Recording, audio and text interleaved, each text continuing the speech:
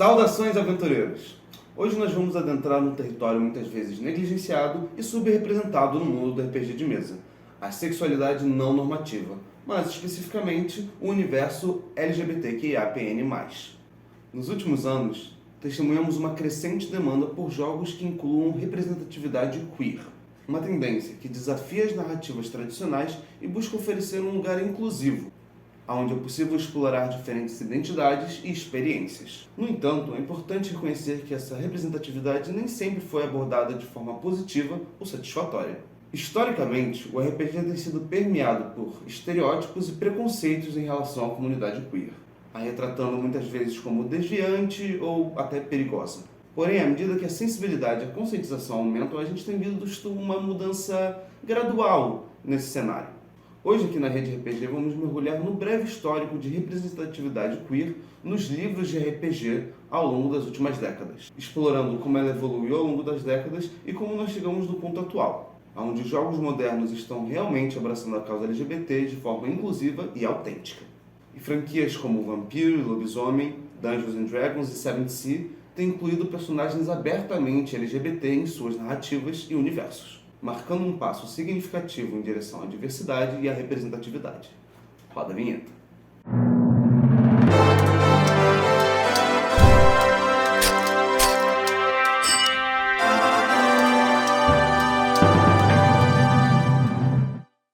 Esse vídeo é majoritariamente baseado na pesquisa Saindo da Masmorra, uma representação de sexualidade queer em livros de referência de RPG. Escrito por Jaco Stenros e Tanja Silvonen, o artigo analisa 3 décadas de material de referência de livros de RPG, desde 1974 até 2005, o artigo em si é de 2015, que é um dos únicos materiais de pesquisa, pelo menos disponíveis de forma pública, sobre o tema. Segundo o material de pesquisa, a sexualidade queer não foi só silenciada, mas também tratada de forma demasiadamente estranha, humorística ou até mesmo perigosa ao longo das décadas. Na aurora dos jogos de interpretação de papéis, eles surgiram como uma espécie de evolução dos jogos de guerra, que eram focados em combate e em exploração. Na época, o desenvolvimento dos personagens estava centrado basicamente em alcançar novos patamares de poder e habilidade, deixando pouco espaço para a exploração de questões sociais complexas como sexualidade e gênero. Entre os anos 70 e 80, uma era marcada pelo pânico satânico, RPGs eram acusados de fazer parte de um movimento subversivo e perigoso, mas a comunidade de players era basicamente composta por homens, jovens e conservadores. Embora temas relacionados à sexualidade estivessem incluídos nos primeiros livros das primeiras edições, eles foram rapidamente removidos em edições posteriores, não por pressão externa ou medo, mas sim pelo próprio conservadorismo e conformismo daquela época. É interessante notar que a reputação do RPG como subcultura perigosa estava associada mais a alegações de envolvimento com cultos satânicos do que pela representação da sexualidade nos livros. Um exemplo notável é a dissertação de Michelle Nephew, Playing with Power, ou Jogando com Poder. Juntamente com outras reportagens que retratavam jovens dessexualizados e deslocados como os protagonistas desse movimento de suposta contracultura. E eram muitas vezes descritos como acima do peso, morando com os pais e perpetuamente solteiros. Apesar de incluírem imagens de miniaturas de mulheres seminuas, essas reportagens retratavam esses jogadores marcadamente com atributos assexuais. No entanto, a realidade é que desde o começo os livros de referência apresentavam imagens de corpos femininos hipersexualizados, incluindo com seios nus expostos, como por exemplo na primeira edição de Dungeons and Dragons. A edição de capa vermelha de Dungeons and Dragons de 1983 inclui um verbete que mostra a opinião média dos editores da época. Nos jogos de D&D, assim como na vida real, presume-se que as pessoas tenham crenças éticas e teológicas. Essas crenças não afetam o jogo e devem ser presumidas, assim como comer, descansar e outras atividades, e não devem se tornar parte do jogo. Identidades e sexualidades diversas parecem se enquadrar nesse não parte do jogo. No entanto, a prática do jogo e o material de referência pareciam divergir consideravelmente. Embora o ambiente de jogo fosse pouco documentado, a etnografia de Gary Allan, Shared Fantasy, ou Fantasia Compartilhada, descreve que o abuso sexual de personagens femininas que não eram do jogador por personagens de jogadores masculinos era intenso e frequente. Somente no final dos anos 80 que a representatividade queer começa a aparecer nos livros de regra, geralmente retratando a homossexualidade masculina, mas mesmo assim de uma forma sempre vilanesca ou traiçoeira. Quanto à representatividade de pessoas trans ou queer em geral, era praticamente inexistente, onde inclusive as únicas representações eram extremamente transfóbicas. Um exemplo disso é encontrado no livro do mundo de Warhammer, de 88, onde a divindade da luxúria e do excesso Slaanesh era representado como um gênero fluido, mas também era descrita como mais sádica e depravada das divindades do caos. Além disso, também em 88, o suplemento de GURPS baseado no romance Wildcard nos apresenta o personagem Mac the Knife, que era gay, homofóbico e um grande anti-herói. Mais tarde, em 91, no suplemento também de GURPS International Super Teams, somos apresentados a um herói soviético gay e enrustido. Além disso, existia um outro personagem, um herói gay que vivia com AIDS, mas ele foi cortado no suplemento inicial e só foi lançado quando o livro foi republicado na internet. A representatividade nessa época estava muito associada a textos mitológicos ou simplesmente era usada de alívio cômico. Durante a pandemia de HIV, tornou-se comum que esse assunto fosse botado em voga em vários textos culturais da época, e o RPG não ia ficar de fora. Entretanto, sempre que era representado, era arraigado de um forte pânico moral. Ainda em 1988, o suplemento Central Casting Heroes of Legend da Task Force Games trouxe uma representação obscura ao incluir na lista de desordens sexuais traços de personalidade como gay, bissexual, assexual, transexual, ao lado de comportamentos considerados exóticos e sombrios, como o voyeurismo e o fetichismo e até mesmo a necrofilia. No entanto, o que poderia ser apenas desinformação provou-se algo muito mais obscuro, quando a mesma editora, no suplemento Heroes Now de 1991, deixou claro que essas formas de abominação, como a homossexualidade, deveriam ser deixadas de fora do jogo e tratadas como fardos horríveis e obstáculos a serem superados pelos jogadores. Essa perspectiva marcadamente conservadora também promovia que relações sexuais só eram apropriadas entre marido e mulher, sugerindo que essas perversões podem ser controladas ou até curadas, o que sabemos que não é verdade. Mas enquanto isso, a representatividade queer começa a tomar um pouco mais de força nos jogos de temática cyberpunk, como Cyberpunk 2020 e Cyberspace, Sprawl Gangs e Megacorps, ambos lançados em 1990. Em Cyberpunk 2020, por exemplo, existia uma possibilidade de você rolar em uma tabela aleatória que um dos resultados é que você teria um ex-amante do mesmo sexo. Em Cyberspace havia uma gangue chamada de Models. Os Models eles eram homens gays assumidos e orgulhosos que se recusavam a se prostituir. Ao invés disso, eles cometiam todo tipo de ato violento, incluindo deformar o rosto de mulheres aleatórias na rua e depois ficar falando para ela: agora somos mais bonitos que você. E mesmo existindo essa representatividade, ela ainda era feita de forma esquisita, como os Models, tentando apresentar uma dicotomia entre abordar o assunto e advogar contra ele. Apesar disso, muitos desses textos foram considerados inovadores para a época, e depois nós ficamos sabendo que haviam homens gays por trás da parte editorial que inclusive advogavam contra essa representatividade limitada que estava a seu dispor. Embora não hajam evidências concretas, muitos afirmam que empresas como a TSR e a Game Workshop, desenvolvedoras do Dungeons & Dragons e do Warhammer, respectivamente, tinham políticas internas do silenciamento de questões queer. Um exemplo disso é o Código de Ética da TSR de 1984. Abre aspas. Estupro e luxúria gráfica não devem nunca ser retratados ou discutidos. A atividade sexual não deve ser retratada. Perversões sexuais e anormalidades sexuais são inaceitáveis.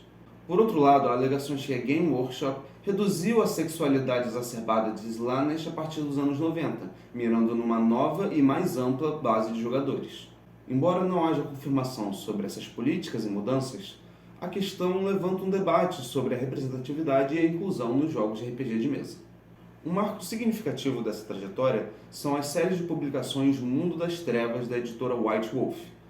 Notavelmente, Vampiro à Máscara, de 91, traz consigo várias representações de sexualidade, incluindo o beijo entre vampiros, que é, nesse contexto, a troca de sangue através de mordidas, proporcionando prazeres orgásmicos para ambas as partes. Esses jogos tinham um público-alvo um pouco diferente, mirando nos públicos mais alternativos e góticos, e também, obviamente, o público queer, que estava inserido nessas duas contraculturas. Ao longo dos anos, as publicações do Mundo das Trevas começaram a apresentar imagens cada vez mais sugestivas e abordar extensivamente a sexualidade queer. muitas vezes de forma inclusiva, mas com um certo nível de tokenismo. No entanto, essas representações foram escritas e realizadas de fato por pessoas queer, trazendo uma certa autenticidade à narrativa. Embora tenham sido feitos esforços para representar mais positivamente pessoas queer, inclusive em muitos momentos as dando pontos de aparência adicionais em relação a personagens heteronormativos, isso não era sempre o caso. Por exemplo, no livro dos clãs Nosferatu de 93, os personagens, apesar de serem gays, possuíam sangue putrefato, por isso suas aparências eram repugnantes. A White Wolf, de fato, desempenhou um papel importante na normalização de pessoas queer e identidades não normativas. Mas isso não quer dizer que tudo tenha sido flores. Por exemplo, em 1997, no Vampiro Montreal by Night, apresentou-se uma gangue sabá chamada Queens of Mercy. Eles eram uma gangue gay que espancava heterossexuais e os forçava a se vestir e agir de forma vexatória. Essas representações nem sempre foram bem recebidas, mas demonstravam a complexidade das interações entre o vampirismo e a comunidade queer, que remontam às crônicas vampirescas de Anne Rice. Enquanto o horror e o cyberpunk começaram a ter representações de sexualidades diversas, o gênero da fantasia ficou um pouco para trás durante os anos 90, com nenhuma menção a personagens ou conceitos queer em Advanced Dungeons and Dragons e com poucas menções significativas em outros livros do gênero. Um exemplo interessante é o suplemento de D&D Temple of the Elemental Evil, de 85, que não trazia nenhum tipo de representatividade queer, mas a aventura que veio bem depois, o Return to the Temple of Elemental Evil, traz alusões a um casal gay que era da história original, ainda que não abertamente gays. Vou explicar. A informação foi confirmada por Monte Cook, o principal escritor da segunda aventura, que por mais que a intenção do criador original dos personagens Rufus e Burn não fosse retratá-los como gay, essa foi a intenção de Monte ao representar que eles dividiam um único quarto no Castelo Dom João, mostrando que, ainda que a passos curtos, o gênero de fantasia lentamente tentava acompanhar a temática queer. Em meados dos anos 90, com o boom da internet, vários suplementos não oficiais foram criados por jogadores. Eles tinham um tom lúdico e cômico, com feitiços do tipo lubrificação de Mordecai. Muitos tinham temáticas explicitamente sexuais, como GURP Sex, de 93, e o Guia Completo do Conhecimento Carnal Desleal, de 96. Esse último comparava sexo homossexual com um casamento interracial de fantasia com humanos e elfos, apresentando um ensaio temático Alguém já jogou com personagens homossexuais? E um contando ainda com provocações às escolhas de profissão de personagens homossexuais, como vocês podem ver aí na tela. Após a virada do século, houve um grande impulso para a publicação de textos e suplementos de RPG sobre sexualidade, incluindo alguns lançados pela licença de marca do sistema D20. Mas devido a uma determinação a respeito de padrão de qualidade da Wizards of the Coast, o Book of Erotic Fantasy de 2003 foi vetado de ser lançado sob a licença e citar nominalmente que era compatível com D&D. Ele ainda foi lançado, mas sob o mais permissivo OGL, a licença de jogo aberto da edição 3.5. O Book of Erotic Fantasy, ou livro da fantasia erótica, é muito mais do que sexo élfico. Na verdade, ele abrange exatamente o que o nome sugere, fantasia erótica, não pornográfica. Apesar de ter algumas passagens com conteúdos que beiram a pornografia, o livro é recheado de regras interessantes e aplicáveis mesmo a jogos não explicitamente sexuais, e entra a fundo na diversidade sexual das raças de D&D, pontuando ainda que dentre os humanoides, os humanos eram os mais sexualmente diversos. O livro contém ainda uma evocação àquela descrição já mencionada sobre a caixa vermelha de D&D, mas diferente da caixa vermelha, eles afirmam no Book of Erotic Fantasy que pessoas gays têm comportamentos similares aos de qualquer pessoa, ao invés de uma predisposição para a maldade e a traição. Outros suplementos sobre sexo publicados nos anos 2000 incluem o Ninfologia, o Naughty and Dice, baseado em GURP Sex, e o Guia para o Conhecimento Carnal Desleal, revisitado, todos eles em 2003. Muitas dessas publicações eram bem intencionadas e inclusivas à comunidade queer, apesar de seus textos não serem particularmente perspicazes ou livres de preconceitos. O crescimento de publicações com representatividade queer atravessou o mundo do RPG, que antes era majoritariamente heteronormativo, e começou a apresentar temáticas e personagens LGBT como parte de sua trama, se distanciando das publicações noventistas, como GURPS, com representações pontuais apropriadas para a ambientação, ou obras como Super Heroes Aberrant, que tinha personagens LGBT, mas sempre de forma exagerada e estereotipada. No Guia do Jogador de Super Heroes Aberrant, lançado nos anos 2000, tem diversas representações de queer, inclusive uma gangue de super-heróis chamada Queers Nova Alliance. Seus membros incluem Iron Skin, o dono de uma boate de Ibiza que sofria bullying, Glamora, uma drag queen, um personagem do universo BDSM conhecido como O Mestre, Rainbow, o protetor de São Francisco, e o autoclonador Tommy Orgy.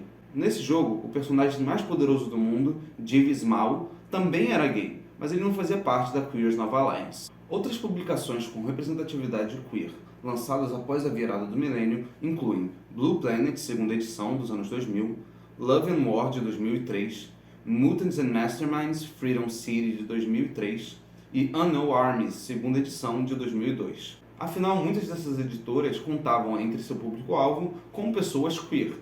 Muitas dessas publicações ainda tinham um vocabulário esquisito, apesar de serem majoritariamente bem-intencionadas e positivas, ainda que a representatividade esteja relegada majoritariamente a homens gays, com personagens lésbicas e transgêneros sendo uma raridade. Há ainda um livro de referência que vale muito a pena ser citado e discutido por sua representação progressista, o Blue Rose, de 2005. Jogo voltado para jogadores mulheres, com um mundo baseado em princípios feministas e igualitários ao estilo de Mercedes Lack, Diana Duane e Tamora Pierce. Como nesses livros, o jogo é repleto de jovens garotos sensíveis e gays. O livro ainda traça uma distinção entre o amor heterossexual e o homossexual, com um preceito inovador, ainda que infundado, de que o amor do mesmo sexo nascera nos mitos antes do amor heterossexual. A própria aventura introdutória do livro básico traz jovens garotos que são secretamente apaixonados uns pelos outros. Nos anos 2000, então, se torna viável lançar jogos com temáticas e narrativas LGBT no mercado sem maiores repercussões. Ainda que na maioria dos jogos seja possível abordar essas temáticas de forma superficial ou tangencial, ainda mais se os jogadores não tiverem interesse em compartilhar desse tipo de possibilidade, em jogos como Blue Rose essa abordagem não é muito possível. Afinal, seria necessário reescrever vários dos mitos centrais do jogo para que isso fizesse algum sentido. Se as narrativas de RPGs foram majoritariamente heteronormativas ao longo das últimas décadas, com representações negativas e vis sobre a comunidade queer, então jogos como Blue Rose fazem parte de um novo ecossistema mais saudável e inclusivo para todos, ainda que sejam minoria entre os jogos de RPG. Mas afinal de contas, representatividade importa? O livro de Adrienne Shaw, Gaming at the Edge, ou Jogando na Borda, é uma etnografia sobre jogadores queer em jogos digitais offline. E nela é possível ver que identificação e representatividade são temas complexos e que nem todos os jogadores estavam realmente interessados em ver algum tipo de representatividade em seus jogos. É inconclusivo se esse preceito se aplica ou não a jogos de interpretação de papéis, até porque esses jogos não são somente sobre exploração e conquista como jogos digitais frequentemente são. E nos tempos atuais, narrativas sobre questões sociais e pessoais são indivisíveis de muitas mesas de jogo, dando a entender que talvez a representatividade seja um pouco mais importante nesse meio. E a literatura sobre imersão e experiência em contexto de LARPs ou live actions parece sustentar essa tese, tal qual a retórica midiática de que os jogadores estariam tão presos aos seus personagens que se confundiria a vida real e jogo. Uma possível razão para essa diferença é que em RPGs analógicos, os jogadores têm mais consciência e agência sobre as ações dos personagens do que em videogames. No Fórum The Forge há diferentes discussões sobre como o jogador toma decisões sobre seu personagem. Algumas posições incluem o ator, o autor e o diretor. O ator usa conhecimentos e perspectivas só do personagem para tomar as decisões dele. O autor costuma tomar as cenas de acordo com a sua própria preferência de rumo de ação, muitas vezes usando alguns conhecimentos que tangenciam o do personagem, mas não são necessariamente os do personagem. E o diretor procura tomar decisões com base não só no seu personagem, mas também no mundo ao redor dele, muitas vezes descrevendo certos elementos do jogo que estão fora da alçada do próprio personagem. Nessas posições, não é necessário que o jogo se trate de ser sobre fingir ser alguém que não é, e sim sobre objetos conceituais a serem direcionados, nesse caso, os personagens, aumentando essa desconexão e essa distinção entre jogador e personagem. Ainda que a identificação não seja tão importante, a representatividade é um caminho para imaginar que tipo de existências são possíveis dentro de um jogo. Adrienne Shaw, em seu livro, cita 3 possíveis argumentos para a representatividade: ver pessoas como você retratadas na mídia, ver pessoas diferentes de você para se educar em pluralidade. Ou 3, ver pessoas como possíveis de existir. Essa última parece ser mais compatível com o conceito de livros de regras de RPG, onde ter NPCs de um determinado tipo indica que eles podem existir no mundo. Contudo, o tema ainda carece de pesquisas mais profundas sobre os impactos e as necessidades de representatividade no RPG. Lembrando que quase tudo dito até esse ponto do vídeo está saindo da pesquisa Saindo da Masmorra, que o link vai estar na descrição do vídeo. Como podemos ver, o RPG de mesa teve origens extremamente conservadoras, com narrativas LGBT sendo tolhidas, invisibilizadas e frequentemente representadas de forma extremamente pejorativa, assumindo a homossexualidade como uma depravação, uma postura moralmente indigna ou reprovável, e até mesmo colocando essas questões como obstáculos a serem superados, como se alguém pudesse simplesmente mudar quem é. Tudo isso sustentado pelo argumento de que sexualidade e gênero sequer deveriam fazer parte de uma mesa de RPG. Mas com o passar dos anos, principalmente devido às publicações independentes do conteúdo queer, várias empresas começaram a incluir esse tipo de conteúdo dentro de seus livros. E até as menores conquistas haviam de ser comemoradas, pois foi um longo caminho para chegarmos até esse tipo de narrativa ser mais aceita e inclusa dentro dos livros. Finalmente, obras como Pathfinder, da Paizo, fez a inclusão de personagens LGBTs como personagens ícones, sendo a Cleric e a Ladina um casal lésbico, a Xamã uma transgênero e o Taumaturge uma pessoa não binária. Além disso, algumas das divindades também são LGBTs, e o mesmo pode ser dito sobre Starfinder da mesma empresa. Além disso, empresas como a Evil Hat Game, que faz o Fate, também apresentam em seus jogos temáticas fortemente queer, como Thirsty Sword Lesbians, de 2021, que traz uma narrativa melodramática sobre garotas com espadas que frequentemente gostam de outras garotas com espadas, e Girl by Moonlight, do ano passado, que trata de garotas mágicas e explora temáticas de autodescobrimento e identidades queer. Além disso, há jogos indie como Monster Hearts 2 e Dream Rescue, ambos intensamente LGBTs e criados e desenvolvidos por Avery Adler, uma pessoa trans. O Monster Hearts 2 é um jogo sobre monstros adolescentes que batalham com políticas sociais, sexualidades não normativas e a própria monstruosidade, enquanto Dream Rescue é sobre as vozes da comunidade queer em meio ao apocalipse, sendo categorias homem e mulher como outsiders para os caminhos da comunidade, uma inversão de papéis do que estávamos acostumados a ver. E os jogos com temática queer não param por aí. Car Lesbians, Be Gay Do Crimes, Sexy Battle Wizards, Yazeba's Bed and Breakfast, Dungeon Bitches, Blades in the Dark, Sleep Away, Lancer, Spire são todos jogos que apresentam no mínimo a opção de contar narrativa queer em seus livros básicos. Finalmente, eu gostaria de recomendar a alguns criadores de conteúdo de RPG que fazem parte da comunidade queer, assim como eu. Para aqueles que falam inglês, eu vou começar as recomendações com uma das minhas favoritas, a Ginny D. Ela traz conteúdo de RPG de mesa afiado e divertido, bem construído e aliando com música e cosplay para aumentar a imersividade dos vídeos. O canal Dicebreaker conta com 5 criadores de conteúdo LGBT que falam sobre RPG de mesa, mas também board card game e até jogos digitais sobre uma perspectiva naturalmente queer. O Transplanner RPG é um stream de mesa composto inteiramente por transgêneros e pessoas de cor. Sua campanha principal, The Chaos Protocol, está atualmente no seu segundo arco e traz uma abordagem extremamente queer para o RPG de mesa. Já no cenário nacional, eu gostaria de recomendar o canal Titânia Tef, de uma pessoa não binária bissexual homônima que cria conteúdo relacionado a RPG e diversidade sem distinção nos dois temas, transmitindo também streams de mesas de RPG inteiramente compostas por pessoas LGBT. O segundo é uma criadora de conteúdo chamada Bela de Dragonesa, pessoa agênero e lésbica que faz conteúdo no YouTube, Instagram e Twitter/X, diversas vezes pontuando a perspectiva sáfica ou lésbica para assuntos do mundo do RPG, contando com diversos vídeos mais curtos sobre o hobby e streams de jogos também jogados por outras pessoas LGBT. E por último, a nossa Erika Hilton do RPG, Alice Priestley. Escritora, redatora, ativista, pesquisadora e revisora sensível, ela traz posicionamentos coerentes e bem fundamentados sobre cultura, comportamento, diversidade e sobre o nosso amado RPG de mesa, trazendo uma perspectiva a partir de suas vivências como travesti e de seus materiais de estudo diversos. E assim chegamos ao final do vídeo. Eu espero que tenha dado para pintar um panorama geral de como foram os altos e baixos da comunidade queer dentro do RPG de mesa. Se você tem um sistema ou livro do coração abertamente queer ou que aborda essas temáticas, deixa aqui embaixo pra gente falando o que você gosta tanto assim nesse sistema. Não se esqueçam de deixar o like, se inscrever e ativar o sininho para receber as notificações. Grandes aventuras e sucessos decisivos a todos. A White Wolf de fato A White Wolf...